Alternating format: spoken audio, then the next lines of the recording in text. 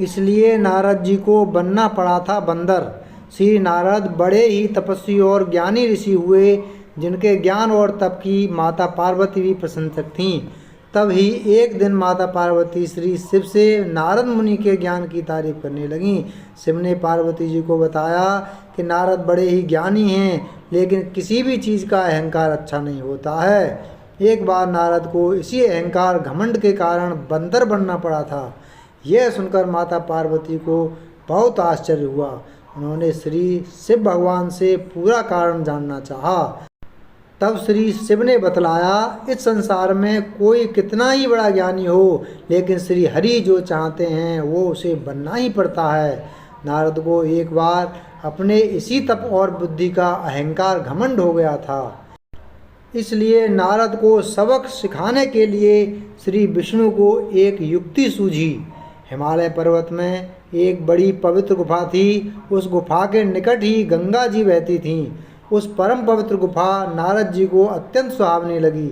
वहाँ पर के पर्वत, नदी और वन को देखकर उनके हृदय में श्री हरि विष्णु की भक्ति अत्यंत बलवती हो उठी और वे वहीं बैठकर तपस्या में लीन हो गए।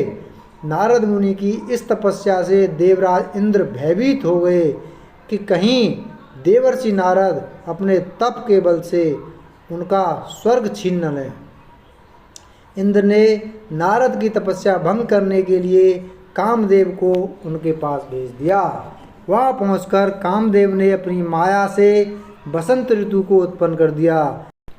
पेड़ और पत्ते पर रंग बिरंगे फूल खिल गए, कोयलें कूकने लगीं और भौरे गुंजार करने लगे। कामाग्नि को भड़काने वाली शीतल मंद सुगंध सुहावनी हवा चलने लगी।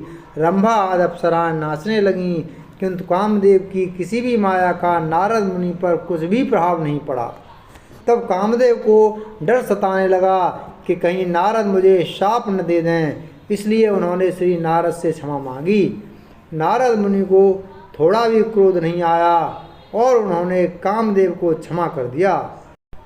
कामदेव वापस अपने लोक में चले गए।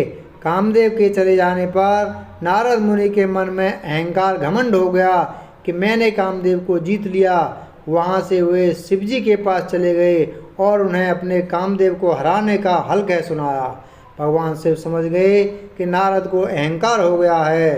शंकर जी ने सोचा कि यदि उनके अहंकार की बात विष्णु जी जान गए तो नारद के लिए अच्छा नहीं होगा। इसलिए उन्होंने नारद से कहा कि तुमने जो बात मुझे बताई है उसे श्री हरि को मत बताना। नारद जी को शिव जी की यह बात अच्छी नहीं लगी। उन्होंने सोचा कि आज तो मैंने कामदेव को हराया है और ये भी किसी को नहीं बताऊं। नारद जी क्षीर सागर पहुँच गए और शिव जी के मना करने के बाद भी सारी कथा उन्हें सुना दी। भगवान विष्णु समझ गए कि आज तो नारद को अहंकार घमंड ने घेर लिया है। अपने भक्त के अहंकार को वे सह नहीं पाते। इसलिए उन्होंने अपने मन में सोचा कि मैं ऐसा उपाय करूँगा कि नारद का घमंड भी दूर हो जाए और मेरी लीला भी चलती रहे। नारद जी जब श्री विष्णु से विदा होकर चले तो उनका अभिमान और भी बढ़ गया। इधर श्री हरि ने अपनी माया से नारद जी के रास्ते में एक बड़े ही सुंदर नगर को बना दिया। उस नगर में शील निधि नाम का वैभवशाली राजा रहता था। उस राजा की विश्वमोहिनी नाम की बहुत ही सुंदर बेटी थी, जिसके रूप को देखकर लक्ष्मी भी मोहित हो जाए। विश्वमोहिनी स्वयंवर करना चाहती थी, इसलिए कई राजा उस नगर में आए हुए थे।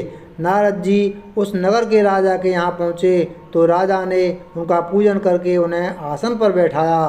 फिर उनसे अपनी कन्या की हस्तरेखा देखकर उसके गुण दोष बताने के लिए कहा। उस कन्या के रूप को देखकर नारद मुनि वैराग्य भूल गए और उसे देखते ही रह गए।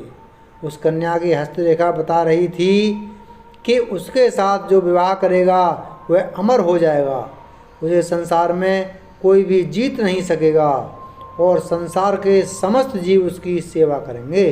यह बात नारद मुनि ने राजा को नहीं बताई और राजा को उन्होंने अपनी ओर से बनाकर कुछ और अच्छी बातें कह दी। अब नारद जी ने सोचा कि कुछ ऐसा उपाय करना चाहिए कि यह कन्या मुझसे ही विवाह करे। ऐसा सोचकर नारद जी ने श्री हरि को याद किया और भगवान विष्णु उनके सामने प्रकट हो गए। नारद जी ने उन्हें सारी बात बताई और कहने लगे, हे नाथ, आप मुझे अपना स्वरूप दे दो ताकि मैं उस कन्या से विवाह कर सकूं। भगवान हरि ने नारद से कहा, हे नारद, हम वही करेंगे जिसमें तुम्हारी भलाई हो। यह सारी विष्णु जी की ही माया थी। विष्णु जी ने अपनी माया से नारद जी को बंदर का रूप दे दिया। नारद जी को यह बात समझ में नहीं आई। वे समझे कि मैं बहुत सुंदर लग रहा हूँ। वहाँ पर छिपे हुए शिव जी के 2 गणों ने भी इस घटना को देख लिया। ऋषिराज नारद तत्काल विश्व मोहिनी के स्वयंवर में पहुँच गए और साथ ही शिव जी के वे 2 गण भी ब्राह्मण का रूप बनाकर वहाँ पहुँच गए। वे दोनों गण नारद जी को सुनाकर कहने लगे कि भगवान ने उन्हें इतना सुंदर रूप दिया है कि राजकुमारी सिर्फ इन पर ही रहेगी। उनकी बातों से नारद जी मन ही मन बहुत खुश हुए। स्वयं भगवान विष्णु भी उस स्वयंवर में एक राजा का रूप धारण कर आ गए।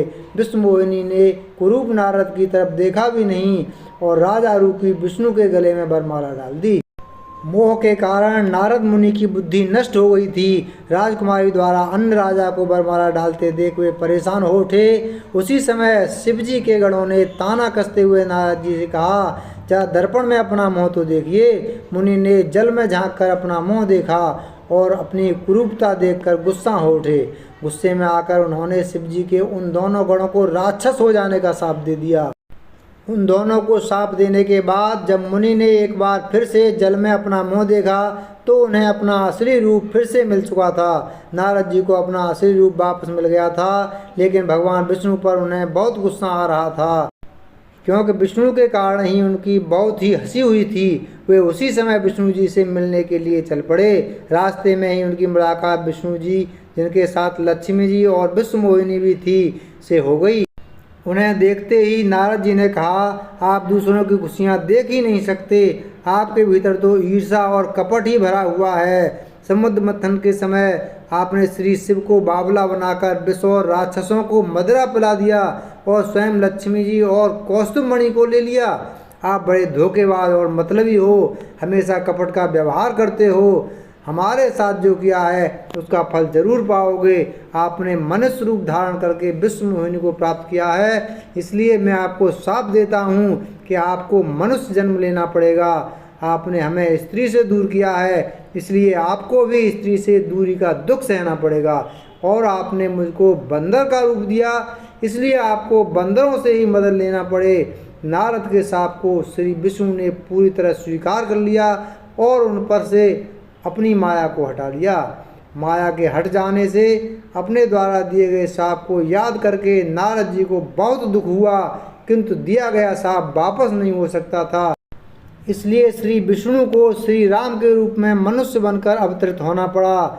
शिव जी के उन दोनों गणों ने जब देखा कि नारद अब माया से मुक्त हो चुके हैं तो उन्होंने नारद जी के पास आकर और उनके चरणों में गिरकर कहा, हे मुनिराज, हम दोनों शिव जी के गण हैं। हमने बहुत बड़ा अपराध किया है, जिसके कारण हमें आपसे शाप मिल चुका है। अब हमें अपने शाप से मुक्त करने की कृपा करें। नारद जी बोले, मेरा शाप झूठा नहीं हो सकता, इसलिए तुम दोनों रावण और कुंभकर्ण के रूप में महान ऐश्वर्यशाली बलवान तथा तेजवान राक्षस बनोगे और अपनी भुजाओं के बल से पूरे विश्व पर विजय प्राप्त करोगे। उसी समय भगवान विष्णु राम के रूप में मनुष्य शरीर धारण करेंगे। युद्ध में तुम दोनों उनके हाथों से मारे जाओगे और तुम्हारी मुक्ति हो जाएगी।